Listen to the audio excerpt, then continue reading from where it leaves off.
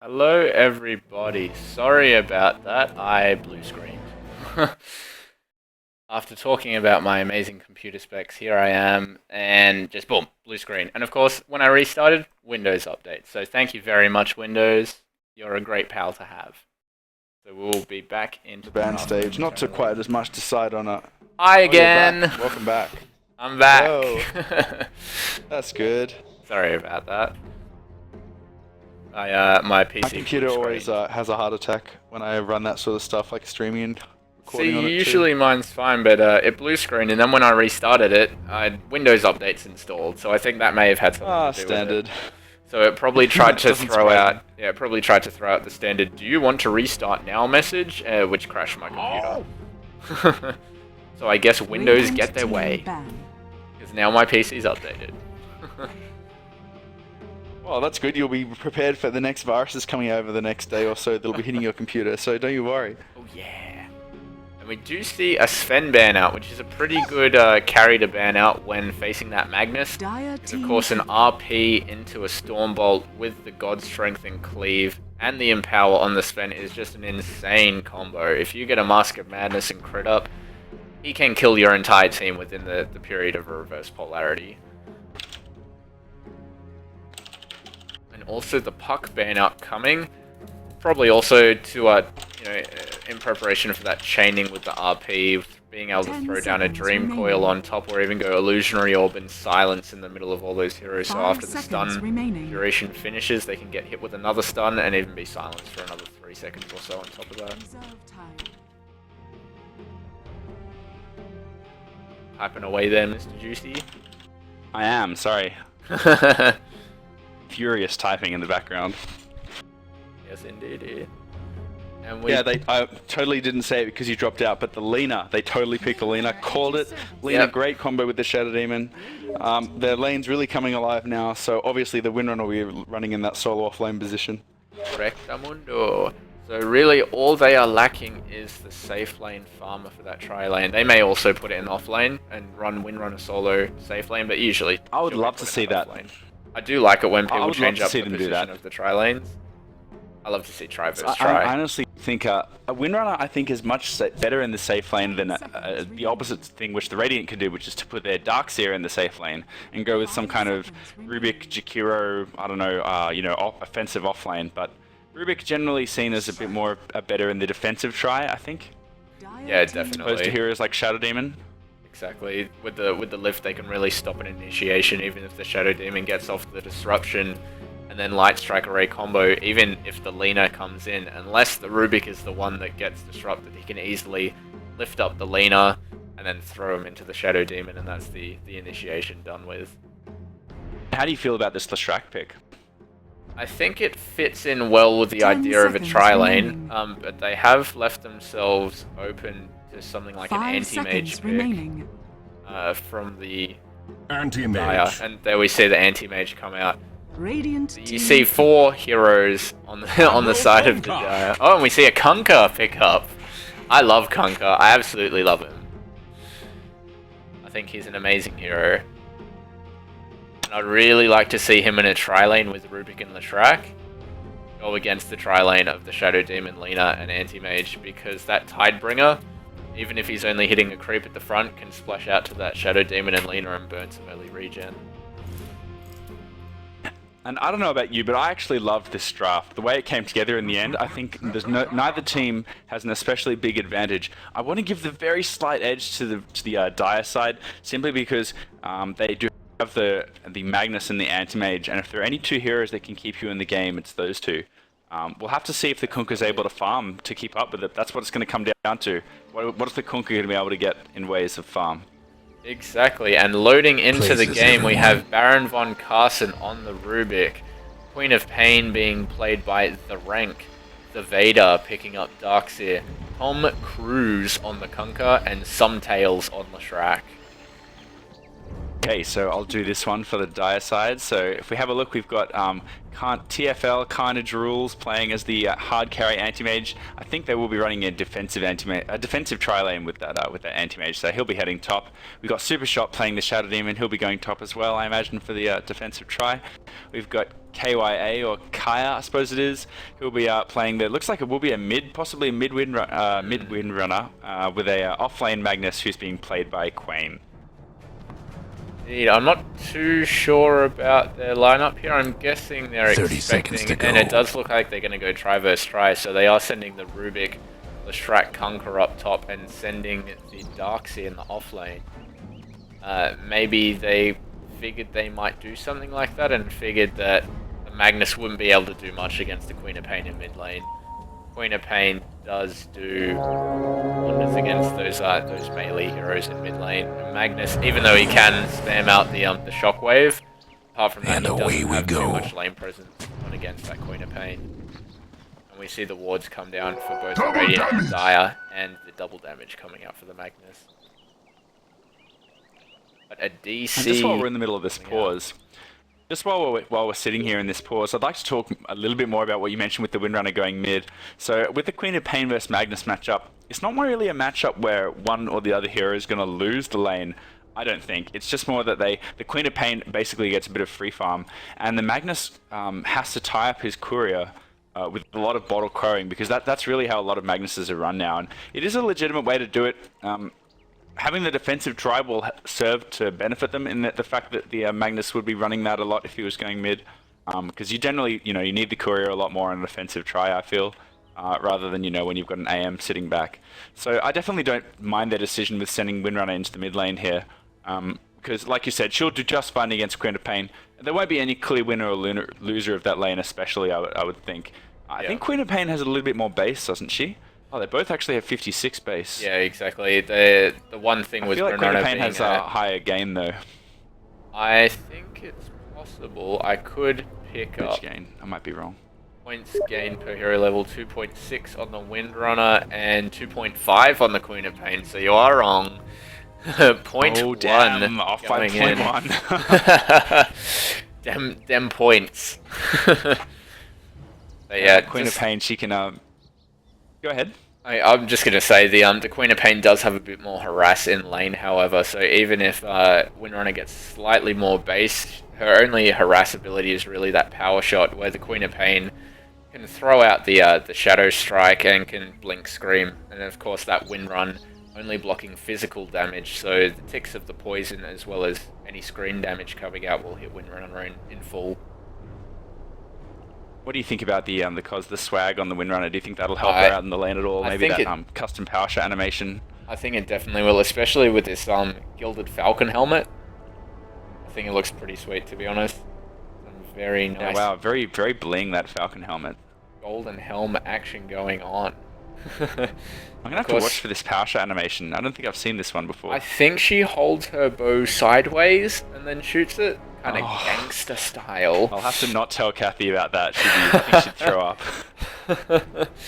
Oh yeah, definitely. Of course, Kathy being Juicy's lady friend, who is an archery competitor, doing some work with the AIS. What is it? Yep, that's right. The Institute of Sport. That's the one. Definitely not holding the bow sideways, and definitely not wearing a Gilded Falcon helm while doing so either. I think maybe we should get Kathy doing some cosplay. Get her into the Windrunner. She has the bow. She can even bling it out with some custom cosmetics. I know, right? We totally should. Yeah, that's right. Just need to get like a lot of cardboard and start building. Exactly. It's the way to go to cosplay, right? Decked out in boxes of your electronics gear from home. Where is this Lashrak? Is he online? Oh, it's Suntails. It is indeed. Well, I know for a fact this person will come back. Yeah, exactly. He can. He has. I have cast him before. Played pretty well, from what I remember. Yeah, he's been playing for a few weeks now. Yeah, of course. I am rather support new most of the times. to casting for Dota is hard. I think I only started up kind of last Thursday, so I haven't even been doing it for a week now. Getting quite a few games under my belt, casting pretty much at least one a night since I started. So pretty fun. I gotta say, casting has been heaps of fun. I've always kind of considered doing it, but never really decided to until Juicy kind of really badgered me into into playing some of the Dota as hard matches. Yeah, that's right. I mean, I've played like 1,000 matchmaking games now over that, and it's good because I love getting better. But at the same time, I just love this game for how much fun it is. And I remember when I used to play Warcraft 3, I'd play games of Dota, and then I would play a game of Tree Tag or another kind of mini game and just chill out. And then go back to playing Dota, like just for fun sort of thing. Tower defenses are the best shit ever. When a map editor comes out for Dota 2, and I say when because Valve, you better damn do that. When it comes out and tower defenses are coming, I think my playing of Dota will actually drop significantly, and it will be basically just tower defense all day, every day. Probably my favorite being Power TD, of course Elements TD, who can forget that one? And even things like Uther Party and Footman Frenzy. So many good custom games that I can't wait to play in a new Dota engine. Hopefully we get some ports taken over. Yeah, I think there's some kind of plans for mini games, but I don't know specifically what's going on there yet. Well, they definitely have the capability of it with, you can see the tutorial levels coming out and even people making their own OMG and LOA servers, so of course for people that don't know that, OMG is the one where you grab random abilities from heroes, so you could end up with Queen of Pain's Blink with Rubik's Spell Steal, Kunker's Torrent, and Anti-Mage's Mana Void. And you can also end up with some absolutely horrible things like Queen of Pain's Blink and Anti-Mage's Blink and PA's Blink Strike, and then, it's something just completely useless. A Totem Strike. Yeah, I've heard about that mode before. I remember What the Fuck mode, which was when I think there were no cooldowns in any spells. That's Everyone correct. just picked Zeus and jungled until they got level 6. Yep, and then just spam the ultimate. But more broken than Zeus, if you want to go from level 1, you just pick up the Tinker, level rockets, and just buy observer wards, put them all over the map, and just run around spamming W. No one can get away. Because it does still go through your... Do spells cost mana? I couldn't actually remember. No, they don't. No mana, no cooldowns. No, no cost. It was just. I only just noticed chaos. these two wards. These wards that were placed on top of each other at the exact same time. Yep, they are of course. One's the Dire, one's the Radiant. So just some good warding coming down. I don't think you would assume that both sentries though. Both those heroes should know that the other person placed an observer if they were observant themselves. They should be able to see each other's inventory. Actually, no, Magnus wasn't the one that placed it. It was the Shadow Demon. So Shadow Demon does actually have sentry wards up here. So I would like to see them go for a quick D ward. A good spot to chuck that ward down is usually in the middle of the river here. You can't actually see me drawing, except for on the map. You can see that little white circle. But that area basically spots out a ward if there's one on that hill, if there's one on that hill, if they've placed one up here. But it can be a bit too far away from the turtle Are you looking on the south rune? Yeah, I am. It's appearing on the mini-map for me, so people on the stream can see it. But during pauses, it doesn't show up on the map floor. For you, unfortunately. Man, your Steam is really going bananas. Yes, I'll have to turn it down. Hang on a sec. Alright, there we go. So hopefully Leshrac comes back here because we've been waiting quite a bit now. I don't think I have him on Steam, so I can't check if he's online.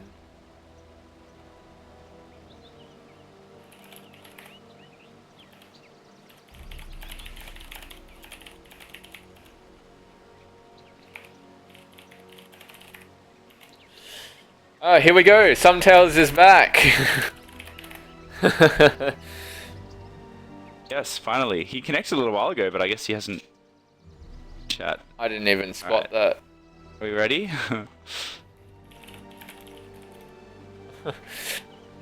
Maybe some people off in the bathroom. Welcome to DotA is AFK.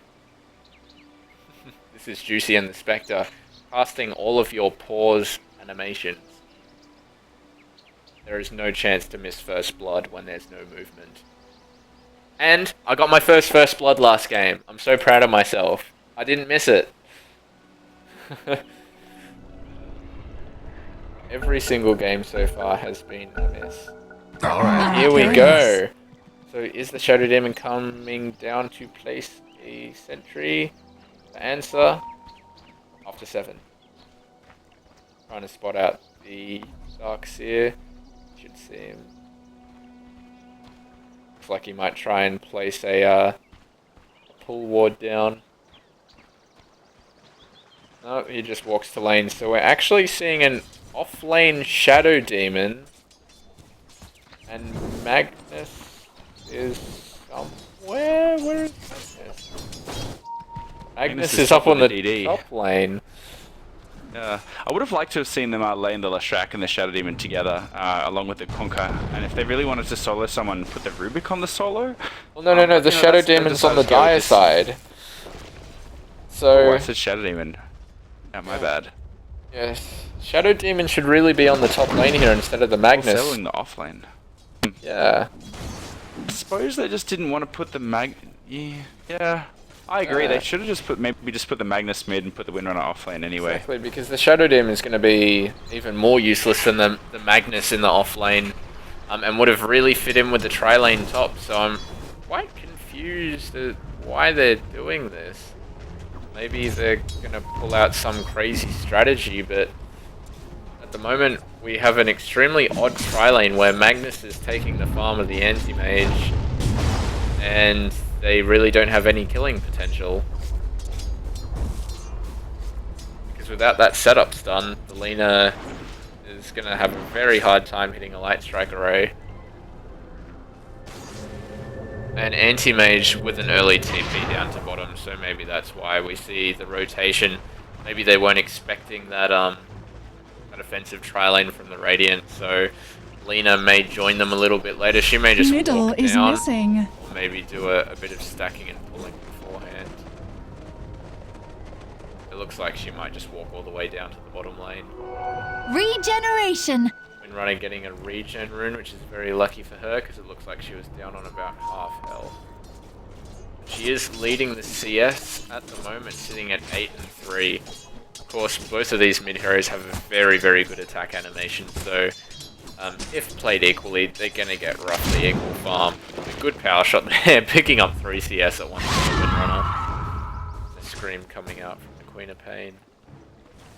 The Windrunner lasting very effectively at the moment, sitting at 12 and 3 above Queen of Pain's 9 and 1, and of course a safe lane farming Kunkka, sitting at 10-0 at the moment, enemy 11. Yeah, the Windrunner really doing a good job. I really love the Windrunner attack animation, a little bit more than the Queen of Pains as well, so he's definitely making her swag pay off for her there in mid.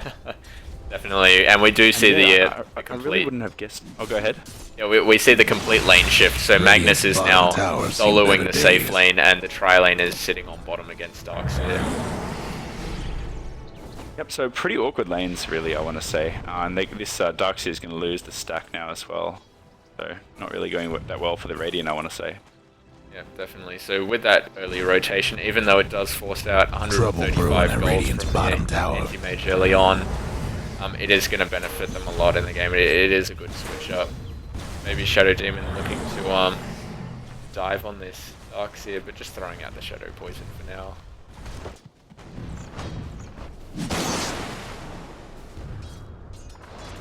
Mid lane still going quite evenly, but a little bit in favour of the Windrunner. Using that power shot very effectively to take down these creeps. And it looks like Queen of Pain is going to head top and find an invisibility rune. Models that up, and it doesn't look like she's going to go gank. Windrunner has spotted out the runes missing as well. So should be able to see in a moment that she's picked that up. Ping's coming out on the Darkseer, they know he's in the shop, so Shadow Demon is going to come for a wraparound. Lina is in the area. You surges out, but the disruption comes out, and Soul Catcher, the light strike array right in time, and the Dragon Slave on top. Some auto attacks here. Anti-Mage blinks into the trees, and the first blood goes to the Soul Catcher damage, maybe even the poison of the Shadow Demon. Had to happen. So a couple things I want to say about that, if you don't mind. Darkson knew it was coming. You saw him run behind those little trees here, and he knew that he had to escape. And the first thing he did was Iron Shell himself, and then he surged himself to try to run down around this side, and then maybe run up back, towards the tower. But he really should have. Iron Shelling himself was good, but then he should have run out, got hit by the Shadow Demon, got hit by the Lina, and then surged, and that's when you try to make your escape and see if you can get away, even with all those debuffs. But he did surge first, which meant that by the time that he got unstunned by the Lina, his surge had worn off, and it was 10 seconds away from cooling. Exactly. So a little bit misplay, a bit greedy to be at the side shop as well, but that's what the offensive lane's for. They really need to get a kill, and I can't really blame the Darkseer there too much. And you actually see some rotation coming out from the Shadow Demon and the Lina. It has been spotted out by the Radiant Ward. Wasn't de-warded earlier, but already... Oh, and an excellent shackle shot from the Windrunner. Yeah, the blink away from the Queen of Pain there's no Shadow Poison stacks up on him, so he should live. And Rubik getting the counter kill on the Lina in the back lines there. So Queen of Pain will escape with about 30 health. A little unfortunate that the Shadow Demon didn't pop the Soul Catcher on the Queen of Pain earlier. Did not get the Soul Catcher off after the disruption, before the stun or before any of the other damage, so definitely would have died there otherwise. But nonetheless, they do get a kill out of that rotation.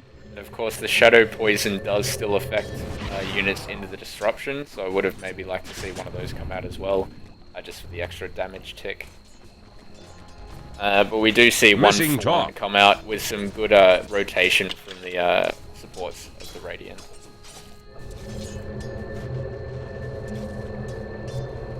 See some action near bottom lane as both wards time out, so the Dire haven't spotted out this Leshrac and Rubik, I believe. Darkseer positioning a bit further ahead, and Anti-Mage really needs to be careful, only on 300 health. Now at 200, eating a lot of damage from that Ion Shell, and he's not prioritizing it, so only 100 health, but he does blink away as soon as he sees that Rubik. The Shadow Demon here as well, so he should be able to provide some disruption. Lina getting caught in the trees a bit. Yeah, the Soul Catcher and Disruption coming out on the Leshrac. The Ion Shell damage, as well as being enough to take him down. The Ion Shell wouldn't have hit him, that was going on the Leshrac images, my mistake. But the Dragon Slave enough to take down that Leshrac. And Anti-Mage does survive in the back. Points and Spell Shield paying off right now. Definitely. And a salve used by the Lina on the Anti-Mage. There's some good supporting there. Making sure he's got full health to continue to get these last hits. Of course, the Anti-Mage not getting much farm at the moment with all the action in this bottom lane. He hasn't had much chance to. Only sitting at 18 and 2. And sitting at 0-0-0, not being close enough for the kills that have been happening on the bottom lane to pick up that assist gold, unfortunately. And if we take a quick look at experience, Dire is ahead by about 1k, and the gold is going 1k in favor of the Dire as well. We see Windrunner with a solo kill up on the Queen of Pain in mid lane.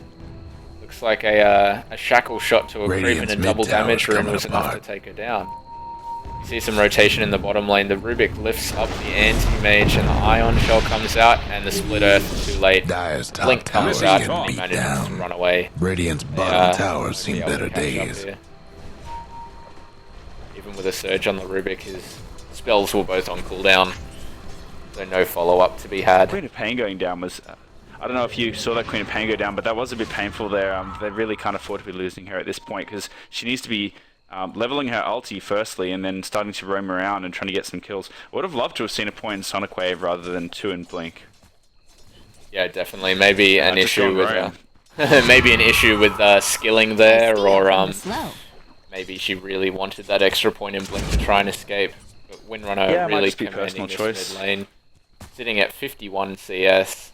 8 ahead of that safe lane farm, or kind of off lane farm Kunkka now, I suppose, with the rotation from the supports.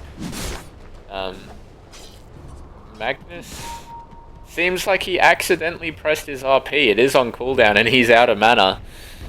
So maybe not able to cancel it in time, or maybe doing a Spectre and accidentally hitting the R when he means to hit the E. A bit embarrassing. Oh well. We do see an urn pickup from the Kunkka, so yeah, and we do see that pressed R instead of E. Yeah, that Kunkka pick up an urn. We'll see if he's able to get any charges in that before too long. Maybe longer than he expects. The rotation from the Rubik just throws out a bit of a casual fade bolt. But the Windrunner does have a regen rune, so she instantly just regens that health up and all of the mana that she didn't get. After a quick check on the top rune, she will be able to pick up the bottom rune, which is a haste, with a bit of help from her Windrun. Does that ward there, that die ward up here, does that actually see the rune? It may not because of its positioning next to the tree. Is there a way that I can see the fog? It should. F2 and F3 actually. Oh, it does see it, my bad. Yep, it does just see that rune. Trouble I thought it brewing might the be Radiant's slightly bottom too tower. low. How do I switch it back to all view? F4? No. F1, so F1 is everyone, and then it's F2 and F3. F1 is... oh yeah, F1 is both, but I had it on no F2 fog and F3 before. will take you. Do you know if there's a way to really? switch it back to no fog? No fog? Yeah. As in like you had flying vision of everything? Yeah, exactly. Oh, I did not know that. Nor do I know if there's any way to do that, I'm sorry. Well, that was my standard, and now I don't even have that! No! But probably just having both viewed is a little bit better. Someone's dropped out like a kid in school. And Magnus resuming Radiant's a bit of a bottom tower ain't a premature pretty unforce sight there. right now. Dire's It looks top like the tower. die is going to steal off the Radiant amp here. Radiant's bottom tower's seen better days. Shadow Dire's Demon top does look tower's to be getting back in beat control down. of his hero now, which is good. I think Magnus was the one that actually DC'd. Trouble brewing at Radiant's He was bottom going back to tower. Fountain anyway, so no big loss. The Dire might The want RP to mine is that up, top but tower. he is very far off both the Arcane Boots or the Blink Dagger. Sitting only at 16 CS. Doing some decent last hitting under the tower here, and the Anti-Mage has started to catch up with this tri-lane farm, now sitting at 37 CS, so some good comeback material there from him. And that Kunkka's actually been doing very well on the top lane. He's kind of quietly been farming up there without too much trouble. Hasn't been really ganked. He has got the first piece of his Shadow Blade on him now, so see him go for that broadsword next, and he'll start to be able to roam gank soon enough. Definitely. I do ooh, and we see a Shackle Shot coming out on the Leshrac after... Ooh, and we see the RP catch out too. It instantly takes out the Leshrac with the help of a power shot. But of course, with the Edict being taken off first, it does still go through Dire's death. mid tower. Power shot goes a bit wide, but the auto attack of the Magnus gets him. And a good win run there. And a double kill for the Windrunner, and I believe that was a 3-0 trade in the way of the Dire. Yeah, that's right. So the RP doing a lot in that fight, obviously getting the Leshrac down early, because he's the one that can actually do a lot of burst damage in these early game skirmishes. Exactly. And as I was saying before, even if you do kill off a Leshrac, if he's popped off his Edict first, it does continue after death in the little area. You could see the hit still going off here on the Windrunner that was in the Radiant's area. top tower's hurting. Yeah, that's right. Actually, the Leshrac, and it also does. That's the same spell that does damage to towers, I think, as well, isn't it? Correct. The Edict. Yep. Yeah, So even if he pretty dies OP near a spell, tower, you can sometimes get the last hit if you're going for a suicide push.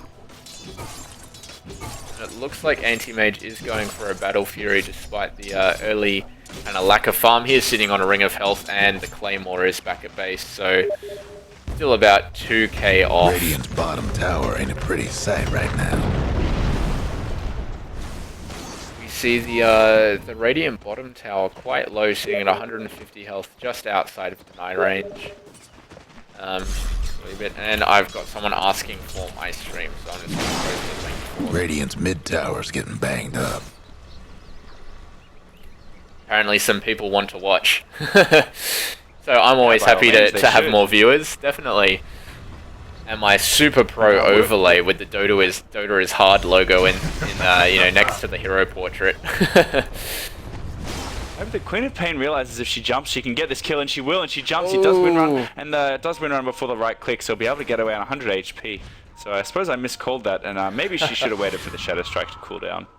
She does read, she being the Windrunner regenning with the bottle, and even a regen rune spawning on bottom, so a very lucky Windrunner. She has also gone for the early Oblivion stuff, so we're going to see an Orc come out. I wouldn't imagine she's going for a Refresher Orb, so we're going to get some lockdown on that Queen of Pain. She won't be able to cast or blink away in these teams. That Scream doing a lot of damage to the Windrunner, sitting at only 960 health. Of course, being a 300 damage nuke. You know, minus magic resistance of 25% that all heroes have, but still a big hit if you can get off a couple of Screams with the relatively short cooldown it has, only 7 seconds. But the right, and Windrunner does pop off the regen rune, so able to take off that Scream damage. Getting very lucky with the runes. I would have liked to have seen her hold that for a minute longer, actually.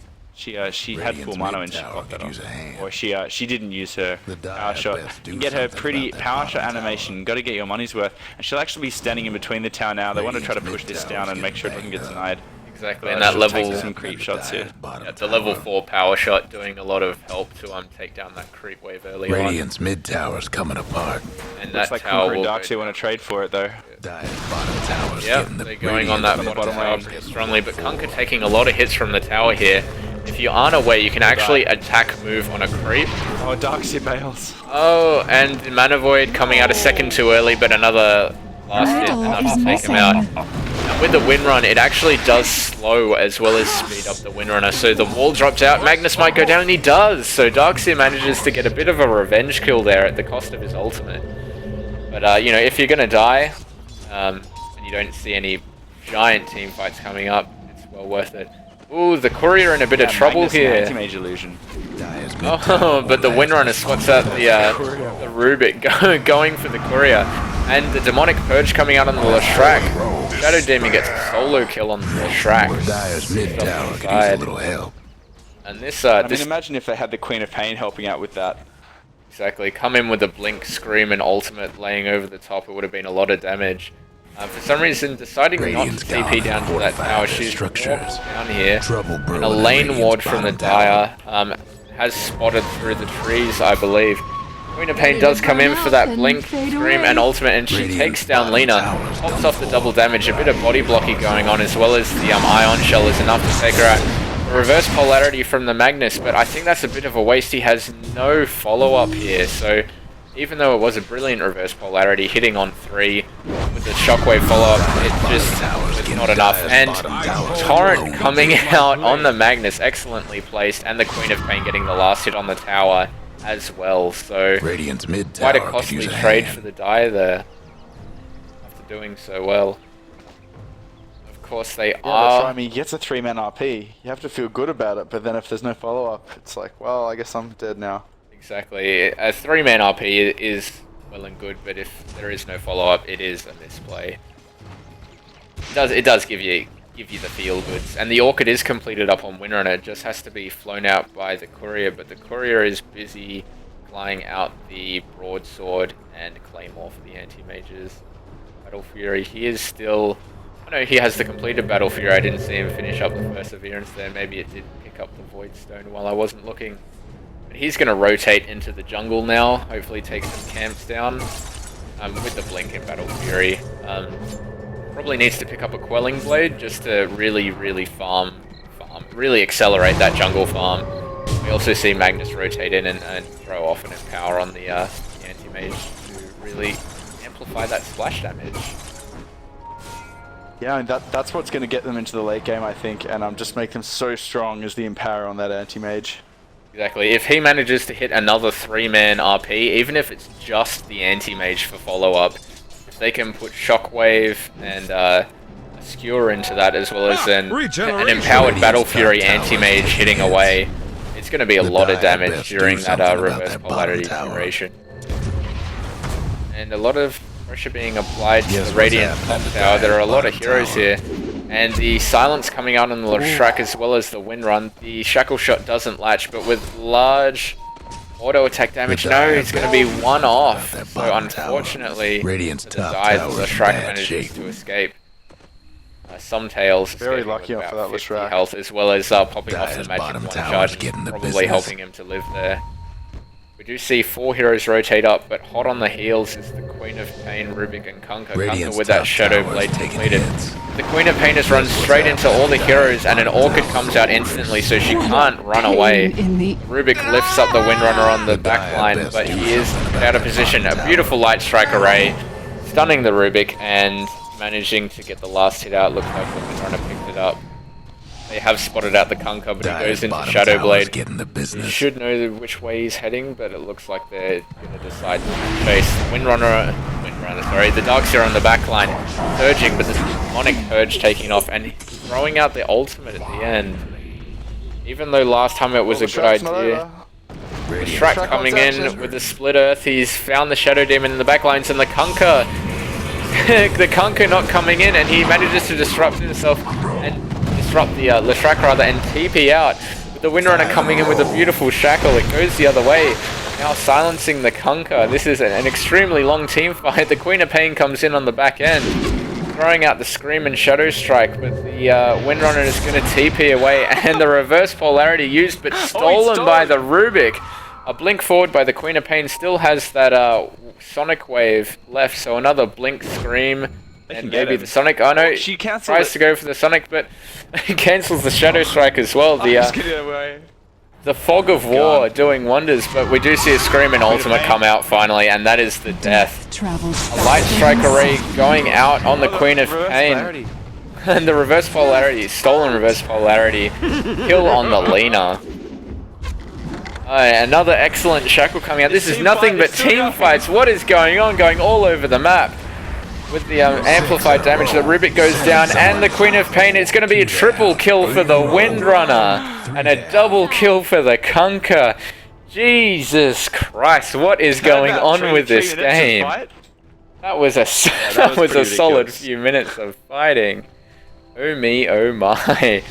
And we see a broadsword picked up by the Windrunner, and an attempted shackle shot on the Leshrac, but the range creep is going to block that. Radiant's bottom tower. I'd just like to say that the Radiant were actually doing very well there. The last 3 or 4 minutes were going in Radiant's favor until right the last kind of 30 seconds, because they did obviously overextend, and all 3 Rubik, Queen of Pain, and Kunkka went down in rather quick succession. So unfortunately, we'll have to see if they can defend this with just 3. You see a surge out, but the auto attacks from that Windrunner. She's hitting for around 200 damage per auto attack before armor reduction. She has picked up a Shadow Blade, so we're seeing more of a semi-carry Windrunner. She is actually leading in the last hits over the Anti-Mage. With the Anti-Mage not joining these fights, he has managed to pick up the remainder of his power treads and the beginning of a Yasha sitting on the career for him. Windrunner eating some tower attacks here.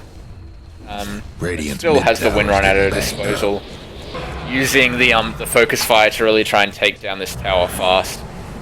Of course, you can stutter step it and still have it go off. It's only if you change target that focus fire stops working. Meanwhile, the Anti-Mage is farming up the Radiant jungle, so they're really choking out the farm of the Radiant. They don't have many lanes that they can go to without being pounced on by the Windrunner Shadow Demon Lina combination.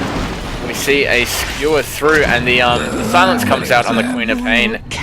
This Windrunner doing wonders for the Dire side with that early and another beautiful shackle coming out. But it looks like they're gonna have to. Someone took out the Radiant's courier.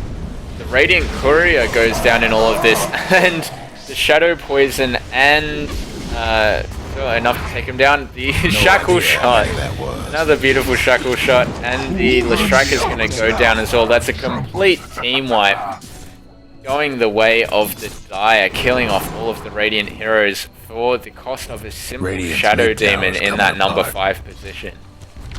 And if we look at the experience graph, it's going around 17k in the way of the Dire, 12k gold. pushing last uphill top now. tower for the No Radiant. heroes. I'd like to see a Queen of Pain TP in with a Scream and Radiant's Sonic mid-tower Wave on the winner. I could definitely get the kill. Radiant's But toughened up their with structures. the reverse polarity from Magnus up, of course, if she does TP in, it may be a bit of a danger. And Rubik stealing the Empower, doing some big damage on this defense. As I was saying before, we've got some ward Radiant's vision up tough. from What's the with all the Dire scribbling? here, up on the Uber hill.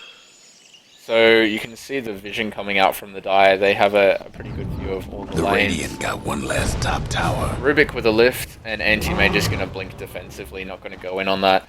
We do see the Magnus coming on the side. He throws out a Shockwave on the Rubik. The Demonic Purge coming out, but the Rubik being surged away by the Oxy there. But if we switch over, we can see the map control that the Dire has. Basically, their sight vision is this entire area here, provided that creeps are in, while the Radiant are sitting on just this little tiny area. With full map control, it's going to be very hard for the Radiant to get any farm. The Conqueror is sitting away out and is instantly pinged by the Dire. You can see that there's no way that the Radiant can move that the Dire don't see them. A very good lane ward that I like to place myself just on the top here. It spots out the rotation of these two lanes, as well as if anyone decides to walk across this path, they can spot it out with that ward. So very aggressive warding. I'd just like to say, I mean, at this point, you know, we're 25 minutes in, it's 25-9, so obviously it was a very aggressive game. We had that really long, drawn-out fight. But I really feel like it's the supports of the Dire that have been the shining stars of this game. The Shadow Demon and the Magnus, and obviously the Windrunner as well, just doing so much in team fights. And Windrunner really had a really stellar early game, and that's paying off for her in spades now. You can really see that reflected in the net worth graph. Sitting at the top, even above a Battle Fury Anti-Mage with 13k net worth. She's, where is she? Let me find her. Looking at the wrong colors. She's sitting on a Shadowblade Orchid and a Demon Edge. So, and also a double damage. So she's hitting for almost 400. But we see a good game come out from the Queen of Pain. It looks like they're going to tap out. They realize there's nothing they can do. They can't farm the lanes. They're hopelessly behind. But yeah, Someone's 20k having gold, technical difficulties. 23k experience. A good game, well played. It looks like maybe Conquer wasn't ready to call good game there, but really they were extremely behind, and in my opinion, they didn't have a way back into the game either. Looks like we lost one. We see an ult vacuum combo coming out from the Dark Sphere, but looks like he's going to try and defend it. Bit of a shame with that leave, because I mean they haven't lost Drax yet, but I mean they did need the Conquer to have a good start. I mean the thing is he's got reasonable last hit, but I mean if you look how much more below he is at the Anti-Mage and the Windrunner, you can really see how far behind they are. I think the problem larger than that is in all of these team fights we've been showing, even though they've been relatively even, they've been going in the way of the Dire, and that's with the Anti-Mage not contributing at all. He was always off in the jungle farming up by himself. So these were 4v fights that they were coming out ahead of, not full-on 5v5 team fights. So That's right. Everyone did their job. Basically what it boils down to. Excellent rotation coming out from the Shadow Demon and Lina. Good warding as well on the side of the Dire, really choking out the Radiant. Some classic siege play coming out from them. So good game, well played. You've been listening to the Spectre and Juicy for this game. Shortly. Definitely, I'll disconnect from the game here. So I won't be able to hear you in the lobby, but I will be active in the chat there. Oh well, I'll see you on the other side. Good game. And we see the throne explode. Might stay a little bit longer just to see the final stats.